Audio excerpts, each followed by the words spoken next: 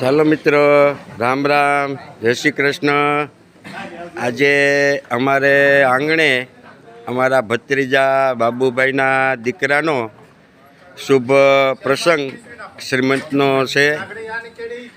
તો આ શુભ પ્રસંગને દરેક મિત્રો વધાવી લેજો। આજે જુઓ ગામડાની પ્રસંગની જે આનંદ છે।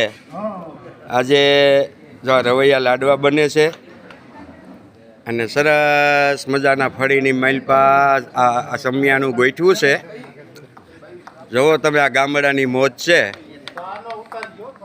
એ વીઘા વીઘાના બાપા ફરિયા વય ફરતાય મકાન વય અને એની માલપા જો આવા પ્રસંગ ઉજવાતો હોય ને ભાઈ, આને કાંઈક પ્રસંગ કહેવાય। બાકી શહેરના પ્રસંગ તો મારા વાલા ઠીક છે। જુઓ 1 વીઘાનું ફર્યું છે, ભગવાન શંકરનું મંદિર પણ ફરિયામાં છે અને સરસ મજાની તમે જુઓ આનંદની લહેરું છૂટે છે। અને જુઓ સરસ મજાના રવૈયા લાડવા પણ બને છે।